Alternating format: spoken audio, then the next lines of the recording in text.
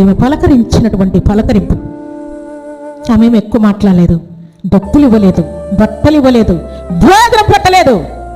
I love you brother, how are you brother అన్నదంతే. నేను నిన్ను ప్రేమిస్తున్నాను తమ్ముడా, ఎలా ఉన్నావు నువ్వు అనిందంతే. ఆ మాటకు ఆమె పాదముల దగ్గర కుప్పకూలి పాపాలన్నీ ఒప్పుకొని పశ్చాత్తాపంతో నిండిపోయి, దేవా ఇక నా వల్ల కాదు, ఈ శబ్దాలు నేను వినలేను. ఆమె నన్ను ప్రేమిస్తున్నానంటే నేను వినలేని ఈ సౌండ్, ఎలా ఉన్నావంటే నేను ఈ సౌండ్ వినలేనయ్యా, నా వల్ల కాదు.